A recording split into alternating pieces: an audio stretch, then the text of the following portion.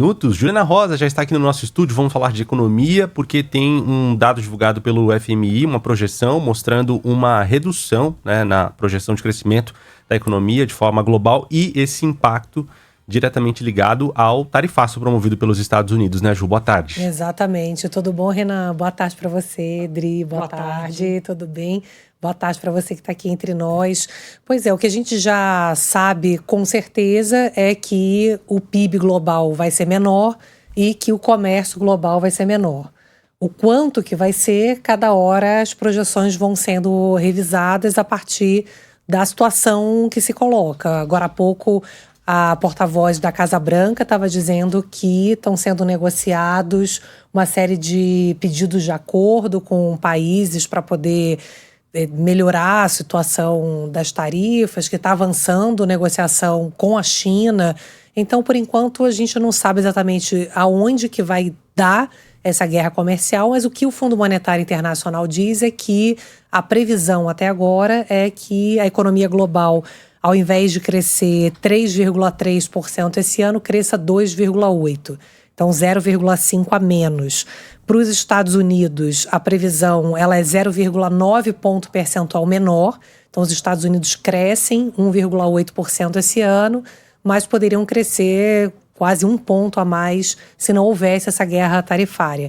Isso levando em consideração que a economia americana está bem nessa primeira metade do ano, então tem risco de ter recessão na economia dos Estados Unidos na segunda metade do ano. Aqui para o Brasil, a previsão, segundo o FMI, é de uma perda de 0,2%. Então, ao invés de crescer 2,2%, a gente vai crescer 2%.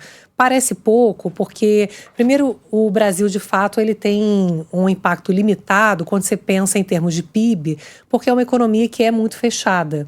Então, não que isso tenha sido bom para a história da nossa economia, a gente tem ficado fora do comércio global, das trocas, de inovação, de competição, de ganho de produtividade, de melhora, inclusive, das condições de vida do brasileiro, né? O fato de a gente estar isolado, de ser o país mais fechado do mundo, não tem sido bom. Agora, na hora que todo mundo se fecha, a gente já é fechado, então o nosso impacto ele é menor. Agora, não dá para dizer, obviamente, que a gente não é atingido. A gente vende muito para a China, principalmente. A China também tem uma previsão de menor crescimento, em torno de 0,6% a menos na previsão de PIB chinês desse ano. Então, isso faz com que a atividade econômica seja menor, a gente venda menos em termos de preço. E aí o lado positivo para finalizar, né, no meio desse caos, que é a inflação. Os preços estão em queda, as commodities estão em queda, principalmente petróleo. Então, a gente tem uma perspectiva de que commodities em queda, petróleo, vários alimentos também, junto com o dólar, que tem se mantido num patamar mais baixo também, 5,80.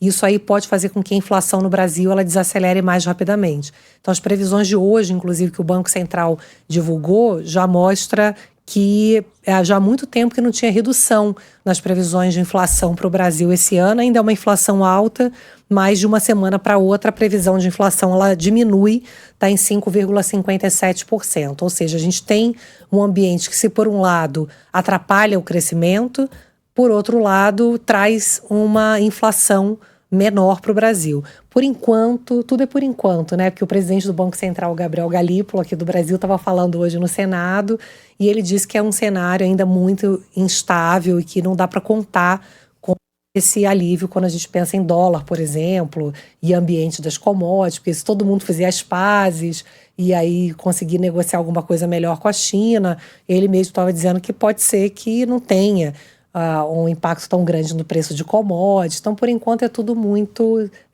tudo para agora, nesse momento, né? E o Galípolo, justamente falando na Comissão de Assuntos Econômicos, assumiu o papel que o Banco Central ele diz que tem, né? O chato da festa, né, Renan? Pois é, ele fez essa analogia para explicar justamente o papel do banco. Vamos ouvir o que disse o ministro do BC, o presidente do BC. Onde você vê a economia perdendo dinamismo e desacelerando, é nesse momento que o Banco Central tende a flexibilizar a política monetária justamente para permitir condições financeiras mais favoráveis ao investimento e ao consumo e à retomada do crescimento. Daí que eu disse que você costuma ser esse sujeito na festa, e quando a festa está ficando muito aquecida, o pessoal está subindo em cima da mesa, você tira a bebida da festa, mas também quando o pessoal está querendo ir embora, você fala, fica, está chegando mais bebida, fiquem tranquilos, vai ter música, podem continuar na festa. Então você já tem esse papel meio chato de ser o cara que está sempre na contramão.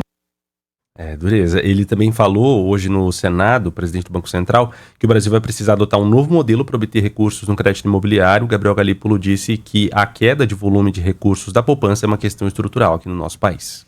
Pois é, não quis comentar a questão das contas públicas também, que é aí um calcanhar de Aquiles que voltou a chamar atenção por conta das previsões recentes, mostrando que há uma dificuldade de parar de pé a regra atual do governo, né, em relação ao fiscal. E é só para complementar, o Banco Central ele é conhecido no mundo todo como o chato da mesa, né? Em que na hora que todo mundo está empolgado, ele pega e tira a bebida, tira a sangria. Tem até uma história famosa lá fora, que o Banco Central dos Estados Unidos falava muito sobre isso também. Mas é importante ele fazer essa postura de estar firme no controle da inflação, porque você vê até nos Estados Unidos, o presidente do Banco Central americano está tendo que ficar firme para se manter ele no cargo, porque o Trump está ameaçando tirar o presidente do Banco Central americano, o Jerome Powell, né? Ele tem judicialmente, legalmente, tem mandato. Cumprir, como aqui. Mas tem brecha. A própria Casa Branca, quando fala que está tentando encontrar maneira de tirar o presidente do Banco Central, o negócio é bem grave. É uma guerra deflagrada já contra o Jerome Powell, né? Eu estou contando isso porque se tirar o presidente do Banco Central americano, aí a história é bem grave e aí isso pode, na verdade, causar um rebuliço muito maior e imprevisível aí no mercado financeiro global, né? É isso. Obrigada, viu, Ju, pelas informações.